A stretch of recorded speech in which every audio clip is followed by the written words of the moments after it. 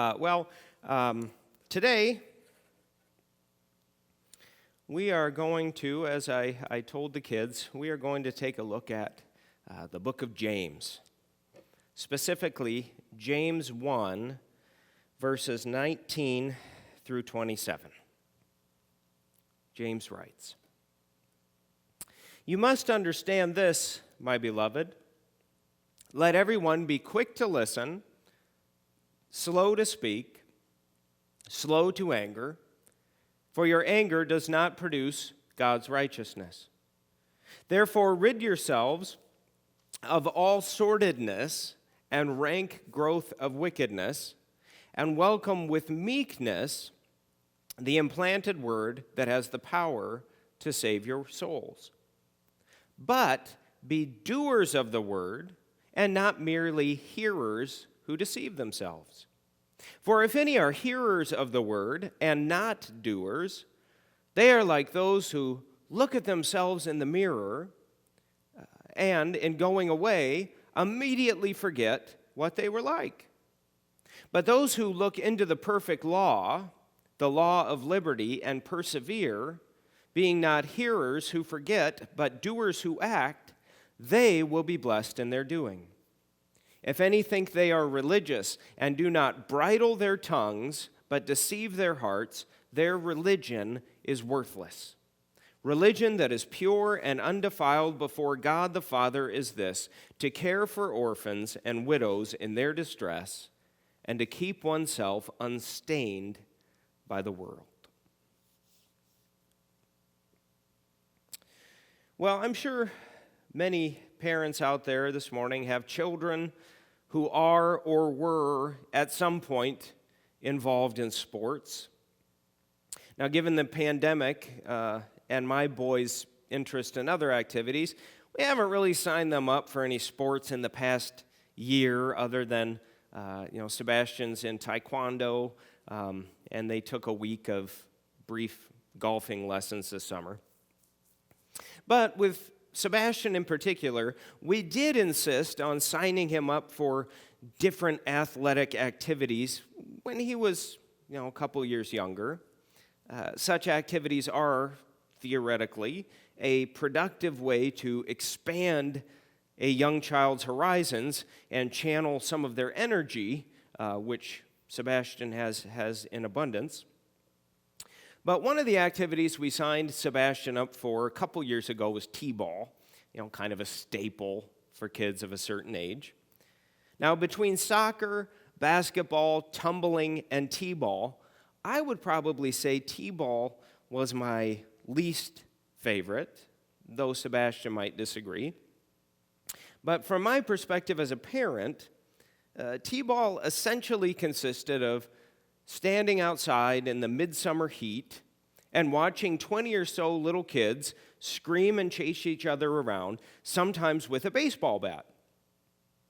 Now, to be fair, every once in a while, in between the giggling and grabbing each other's shirts and smacking each other with their baseball gloves, a child would actually hit the ball or make a catch or at least put their glove on the correct hand.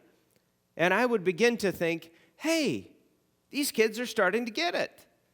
Maybe this isn't all a colossal waste of time. But then a police car or an ambulance would go by and all the kids would drop everything to cover their ears and run in circles until the poor parent they suckered into coaching the kids got them all corralled once again. You see, the thing about little children involved in any organized activity is that no matter how many times you practice with them, no matter how many times you go over the mechanics of the activity, no matter how creative you are about explaining and reiterating the rules, when it comes time for the children to perform said activity, you are lucky if you get a 5% success rate. So even if you practice catching the ball and throwing it to first base 100 times, when game time arrives, your child is going to dive for the ball and wrestle with another kid for it and never throw it to first base 95% of the time.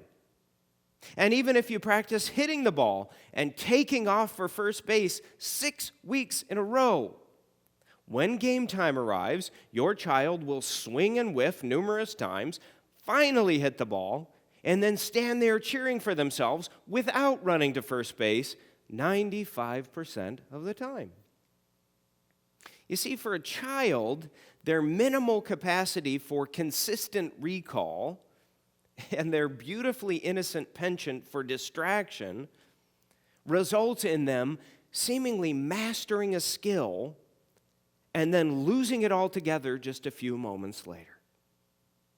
For a child, there is no consistency. Well, in our scripture lesson this morning, James addresses the importance of consistency in our lives as disciples of Jesus. James does this by giving us instructions on how we ought to consistently interact with each other and with the world by never forgetting what it looks like to be a disciple of Jesus. And so this morning we will explore James's exhortation and the importance he places on consistently living out what he calls pure religion rather than succumbing to distraction due to a lack of conviction. Well, as I said last week, in light of these contentious times we're living in, I thought before we launch into Advent in a couple of weeks, we should focus on some Christian living passages from Scripture that I find very helpful. And so last week we talked about Paul's instructions on using our words to encourage one another and the importance of speaking in such a way that honors the humility, meekness, and patience God desires. This week, we are going to explore what taming our tongues looks like, and we're really just going to begin this discussion on taming the tongue this week, and then we'll finish it up next week. So, James begins this passage with some words of wisdom about how we ought to approach any interactions we have with other people. He says, "Let everyone be quick to listen and slow to speak." Be quick to listen and slow to speak. Now, this seems like a rather simple instruction, right? Listen first and most often, speak second and less often. I mean, we're taught this as children, right?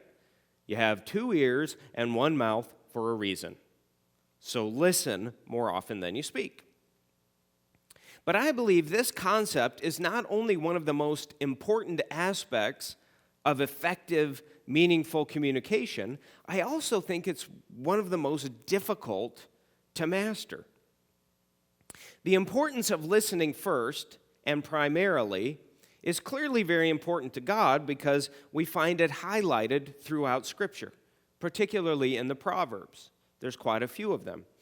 Just as a couple of examples, when words are many, transgression is not lacking, but he who restrains his lips is wise. He who guards his mouth preserves his life. He who opens wide his lips comes to ruin. And then a couple of my favorites. Even a fool who keeps silent is considered wise. And finally, do you see a man who is hasty in his words? There is more hope for a fool than for him. So clearly, listening a lot and speaking less and speaking very carefully is very important to God. But why is listening more and speaking less so valuable? Well, to begin with, listening more than we speak is required for us to truly understand what another person is saying, but it is also how we come to understand why they are saying it, or why they are saying it in the way that they are. You see, listening helps me understand where another person is coming from. In short, listening helps us understand and hopefully develop empathy for another person. Listening demonstrates that we value them. Even if we completely disagree with what they're saying or how they're saying it, listening enables us to begin to see them as God sees them, as made in the image of God. And so listening is a primary component of productive communication and is very, very important to God.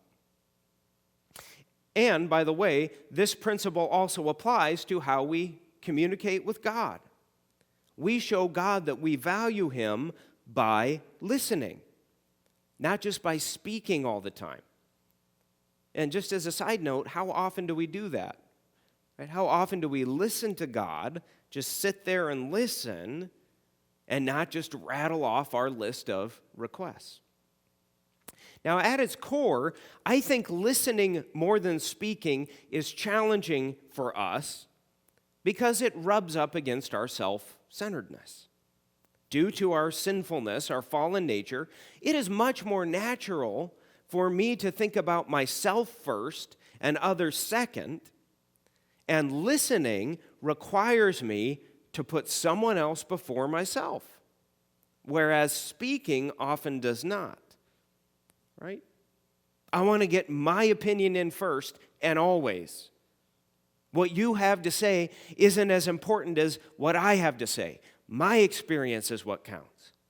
I don't want to hear your explanation. I disagree with you, and I want to tell you my opinion right now because my perspective is right. My ideas are more important than your ideas. I have more to contribute to this conversation than you do. Me first, you second. You listen to me. When we speak too often and listen too little, really what we're doing is revealing our selfishness, our self-centeredness. Now, it's important to note that James is not saying we ought not speak, right? Especially when the Spirit compels us to do so. God's truth must be honored and proclaimed. However, often this isn't the context of our speaking anyway, right? If we're honest. Even if we spiritualize our opinions, most of the time, this isn't what's going on. And so our primary posture, our primary approach when it comes to family, with others in the church, or with anyone we interact with in the world, or on social media, which I'm going to lay into next week, our primary approach ought always be to be quick to listen and slow to speak. Remember, being kind and compassionate is often more important than being right. Let everyone be quick to listen and slow to speak. So practice it this week. James continues, "Be slow to anger, for your anger does not produce God's righteousness." You see, James recognizes that if we're doing a lot of listening, we are likely going to be hearing some things that rile us up, right?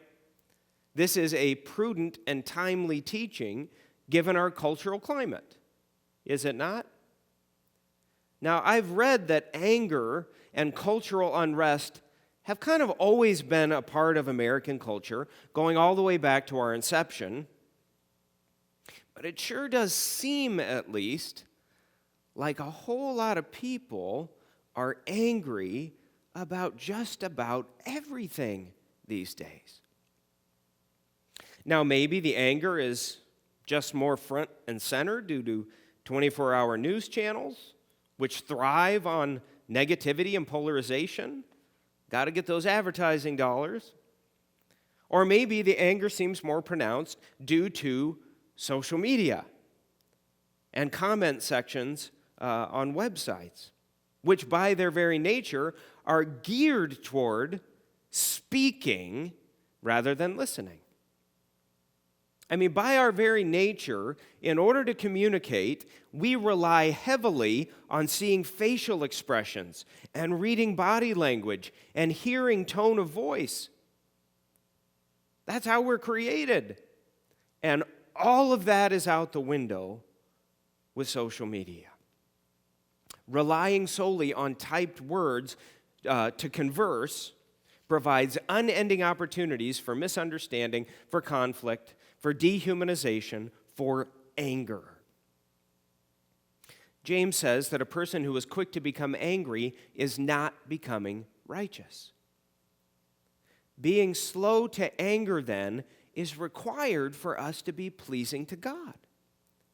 And so if we find ourselves becoming angry when we have to wait in line, or when someone pulls out in front of us and slows us down, or when someone disagrees with us about politics, or expresses a view we don't think is productive, we have to begin to acknowledge the unrighteousness within us. We have to take a step back and ask God to change our hearts so that we may increase in the righteousness God requires. Righteousness requires us to be slow to anger. Now, there are times when anger is called for, right? There is a place for righteous anger.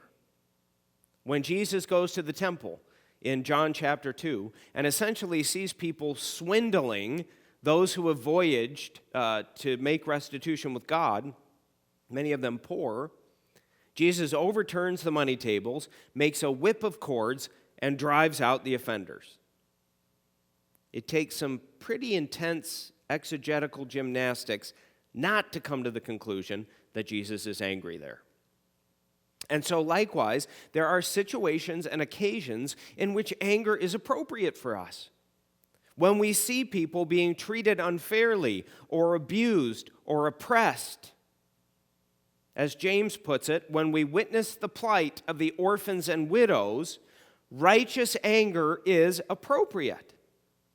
When sickness and famine and disaster strike, it is not out of place to be angry about the suffering.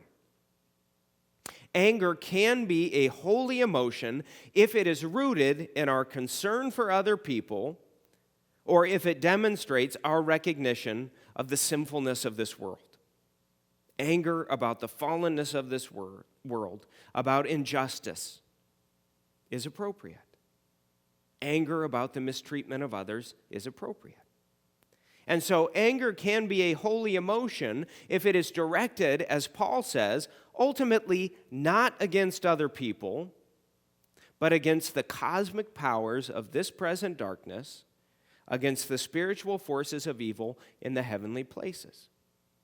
Anger can be righteous. What is crucial, however, is what we do with that anger. If the anger prompts us to prayers of intercession and prayers for greater closeness to God, it can be righteous. And if anger prompts us to come to the aid of those who are suffering and respond through action in an appropriate manner, anger can be righteous.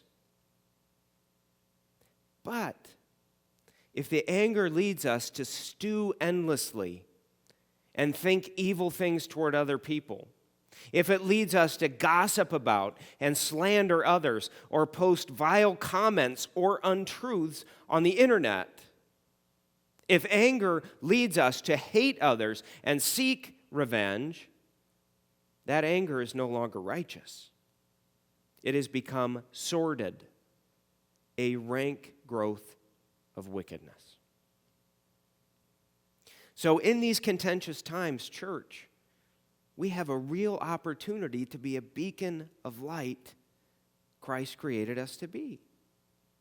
I mean, I would imagine at least people would really take notice if Christians in our country really committed to being quick to listen and slow to speak and slow to anger, because we would provide a remarkable contrast to the larger culture.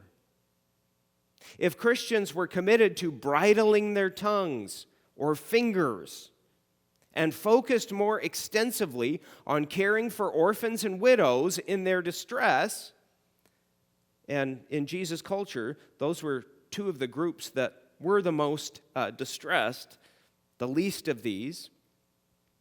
If we did all this, people outside the church will probably still disagree with us, but they could not deny the purity of our religion.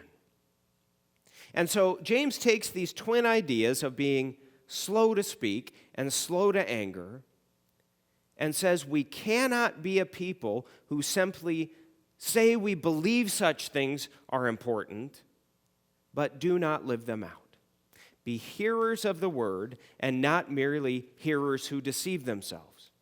For if any are hearers of the word and not doers, they are like those who look at themselves in the mirror and on going away immediately forget what they were like. I would say they are like 4-year-olds who practice t-ball for hours but do not replicate their skills during the game when it actually counts. James says, those who look into the perfect law, the law of liberty, and persevere, being not hearers who forget, but doers who act, they will be blessed in their doing. And so if we want to be pleasing to God, and if we want to make a positive impact on our community and on the world, we have to act out what we say we believe. We have to actually be quick to listen, slow to speak, slow to anger. Otherwise, if we think we are religious but do not bridle our tongues, as James says, our religion is worthless. So I know we're running out of time because of all of our technical issues today. I want to give you just 3 simple practices you can act on this week that may help us live out this passage of Scripture. First, I would invite you to take a couple of moments right now to think about a person or a group of people you have a tendency to become angry toward.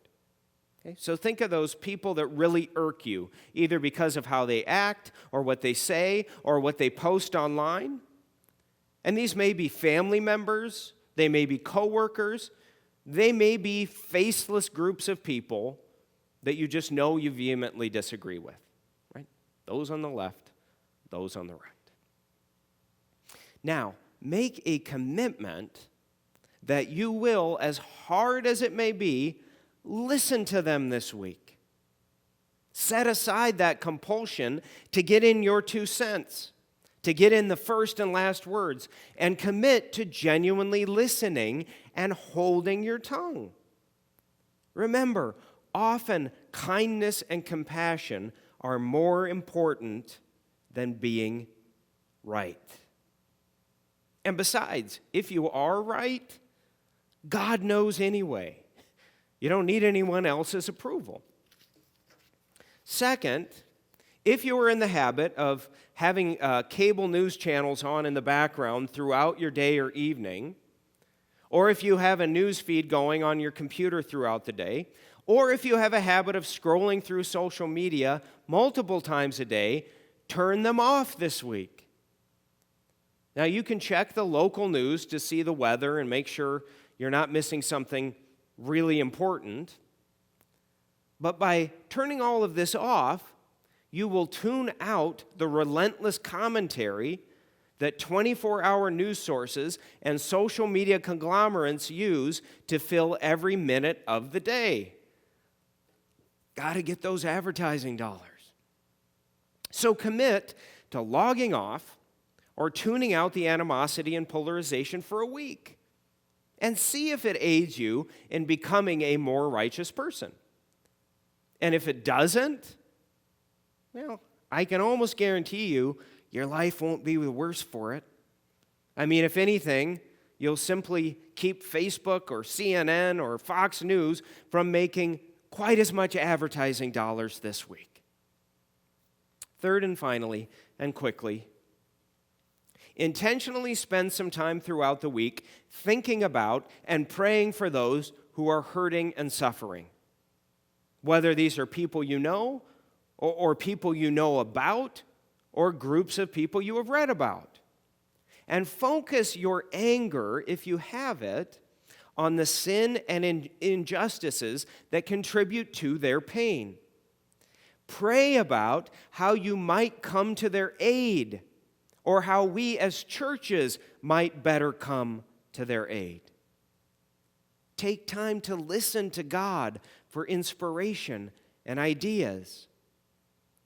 Perhaps doing this will help us recognize the difference between righteous, productive anger and that anger that stains our souls and the world around us. James says that pure religion is that which is righteous and pleasing to God. It has the power to transform us, to transform the church, and transform the world. But you and I have to practice what we say we believe. We have to remember and act on the truth James proclaims in this passage. And so let us as churches be committed to living out this pure religion by listening more, by speaking less, and by refusing to succumb to unrighteous anger. And let us always be caring for the widows and orphans among us.